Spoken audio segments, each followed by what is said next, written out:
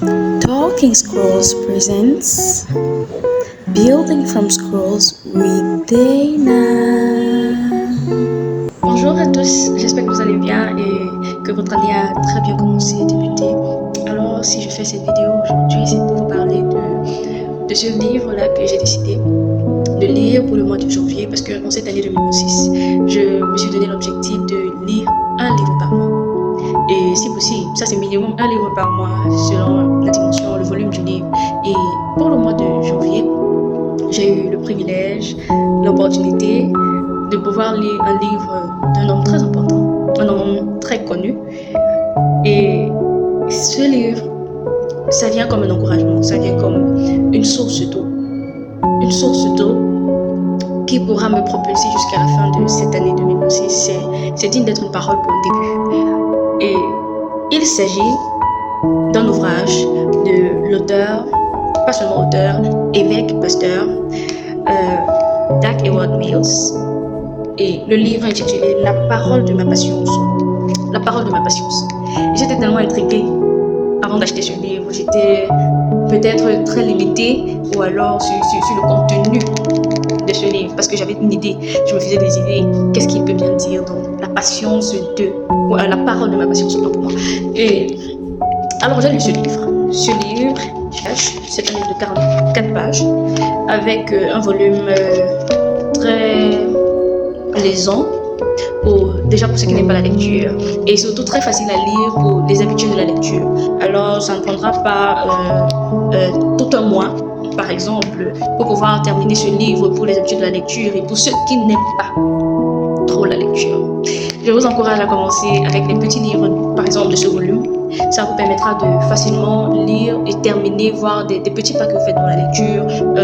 Terminer un livre comme ça vous encouragera à lire un livre avec un volume beaucoup plus épais. Vous voyez ce que je veux dire? Alors, je vous conseille vivement de lire ce livre. Ça ne vous prendra pas toute une année, tout un mois pour pouvoir le terminer et vous allez gagner beaucoup de connaissances ou alors des stratégies, des conseils de quelqu'un qui est passé par là.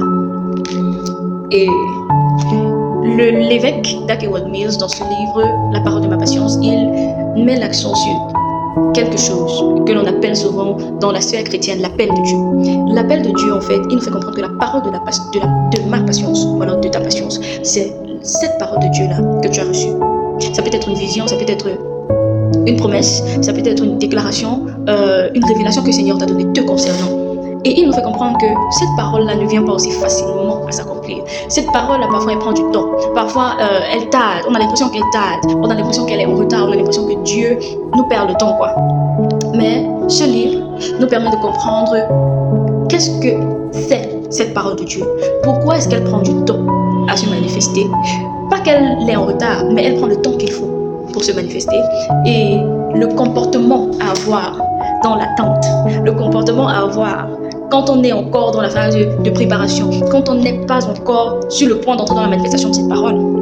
Alors, en attendant cette parole, la manifestation de cette parole, il y a un comportement à avoir, il y a une gestion de soi que nous devons avoir. Et c'est sur ça que le pasteur Dag Heward s'appesantit pour nous aider à avoir cette marche-là, malgré le retard, malgré la durée, malgré le processus, de pouvoir le traverser avec joie, de pouvoir le traverser avec un sourire et pas comme un fardeau. Alors, si nous considérons la parole de ma patience, comme l'évêque Dag Heward-Mills dit dans son livre, comme la vision que nous avons reçue de Dieu, un projet que nous avons reçu de Dieu, une parole même que nous avons reçue de Dieu, ou alors l'appel là de Dieu que nous avons sur nos vies. Si nous considérons que cette parole-là fait référence à ça, alors je dirais que plusieurs d'entre nous ici nous pouvons attester que nous avons déjà reçu une parole de Dieu, nous avons déjà reçu une vision venant de Dieu, que telle chose va s'accomplir. Nous voyons des choses grandioses dans nos rêves, mais nous ne connaissons pas vraiment comment le processus, comment et quand est-ce que ça va arriver, se manifester, se concrétiser, et que ce sera palpable et tangible. Alors, le pasteur nous parle de comment patienter et pourquoi nous patientons. Il dit dans ce livre que la période de préparation, ou alors la période que nous appelons souvent retard de la manifestation de cette parole, est une période de préparation pour nous, est une période de préparation en fait pour entrer dans la manifestation de cette parole. Préparation dans quel sens? Au travers de cette période d'attente, nous traversons des défis, nous traversons des challenges, nous traversons des obstacles, nous traversons des moments de rejet, nous traversons des moments vraiment douloureux. Mais toutes ces épreuves-là sont sur le chemin de la manifestation de cette parole. Et nous ne pouvons pas les éviter. Mais tout dépendra, le résultat, si nous allons arriver à cette manifestation ou pas, dépendra de comment nous avons géré ces moments, comment nous nous sommes comportés pendant ces moments, comment nous avons rendu ces épreuves-là importantes pour nous, à pouvoir produire des résultats positifs dans nos vies. Alors, quand on parle d'appel de Dieu, c'est un projet que le Seigneur a pour nous. Et le pasteur nous fait comprendre que dans l'attente de ce projet, de cette réalisation, nous devons être patients. Alors, c'est une parole qui suscite de la patience. C'est une parole qui nécessite de la patience. C'est une parole qui ne peut faire ou alors se réaliser sans patience. C'est une parole qui exige la patience. Alors, si nous ne comprenons pas que nous devons être patients pour que cette parole se manifeste, nous allons vivre dans la patience passive, c'est-à-dire nous n'allons rien faire pour arriver à cette manifestation-là. Alors que le pasteur Dag Heward, il nous parle d'une patience active. C'est moi qui donne le terme, il n'a pas écrit patience active, mais il nous dit, dans la patience, nous devons être tolérants, nous devons être endurants, nous devons être constants dans ce que nous faisons. Nous devons être épanouis, joyeux. Et pas le contraire de tout ce que nous faisons d'habitude. D'habitude, dans notre patience, dans nos patiences à nous, quand nous attendons quelque chose, nous arrêtons de faire nos différentes tâches.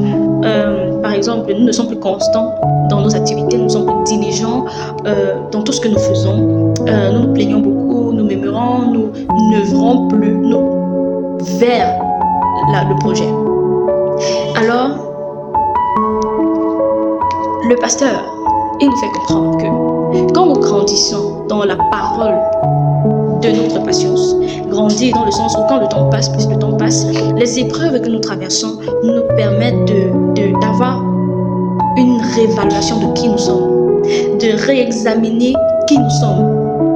Et au travers de cette évaluation-là, nous pourrons voir nos faiblesses, nos challenges, nos points forts, nos points faibles, les résultats que nous pouvons donner et les résultats que nous n'arrivons pas à atteindre. Et c'est grâce à cette examination ou alors grâce à ces épreuves-là que nous pouvons voir les points sur lesquels nous devons travailler. Nous travaillons jour et nuit, encore et encore, grâce à ces épreuves qui nous les révèlent. Et jusqu'à ce que nous commençons à voir ces fruits, nous commençons à produire les fruits les fruits de ces choses-là que nous avons vues dans le projet, dans la vision, dans la parole de Dieu. Ce n'est pas quelque chose qui arrive du jour au lendemain. C'est une transformation de notre personne. Et en lisant ce livre, nous comprenons que bien que Dieu nous donne la vision, bien que Dieu nous donne un appel, bien que Dieu nous donne un cahier de charge de notre mission ici sur terre, nous sommes l'objet de cette vision, nous sommes l'objet de ce projet. Alors, jusqu'à ce que l'objet ou alors l'acteur principal, jusqu'à ce que l'acteur principal ne traverse toute cette transformation-là, il ne pourra pas devenir ce projet parce que nous sommes les projets de Dieu. Les projets de Dieu ne sont pas des choses externes. Quand il te donne un projet, ce projet-là, c'est toi dans une dimension différente. Ce projet-là, c'est toi dans une version différente. C'est-à-dire, c'est toi avec des attributs que tu n'as pas aujourd'hui. C'est toi avec des fruits que tu n'as pas aujourd'hui. C'est toi avec des vertus que tu n'as pas aujourd'hui.